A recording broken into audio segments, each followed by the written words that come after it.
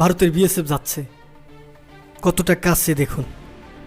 এই রাস্তা দিয়ে সরাসরি হাঁটলেই সামনে ভারতের সাহেবগঞ্জ বাজার, কিন্তু সেখানে যেতে পারবো না।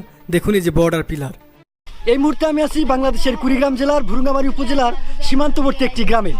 আজকে আমি আপনাদেরকে দেখাবো এরকম নদী অঞ্চলের মানুষের গ্রামীণ জীবন, সেই সাথে ভারত এবং বাংলাদেশের সীমান্ত। তো চলুন শুরু করা যাক। আমি নিজেকে খুবই ভাগ্যবান মনে করি, কেননা আমার জীবনের সময়গুলো এমন সুন্দর নৈসর্গিক গ্রামে কাটাতে পারছি। সৃষ্টিকর্তার নিখুঁত রং তুলিতে আঁকা আমাদের গ্রামগুলি, প্রাকৃতিক সৌন্দর্যের অপরূপ দৃশ্য তার কোণাতে কোণাতে। গ্রামের সোনালী ফসলের ক্ষেত, আঁকাবাঁকা সুন্দর নীল জলে ভর্তি নদীতে গ্রামের রূপ আমাদেরকে বাকশূন্য করে দেয়। কিছু সময়ের জন্য মানুষ ভুলে যায় তার সমস্ত হতাশা, হিংসা, বিদ্বেষ। তাই হয়তো কবিরা মোহিত হয়ে ওঠে রূপসী গ্রামের গানে। গ্রামের ছোট্ট একটি কাঠের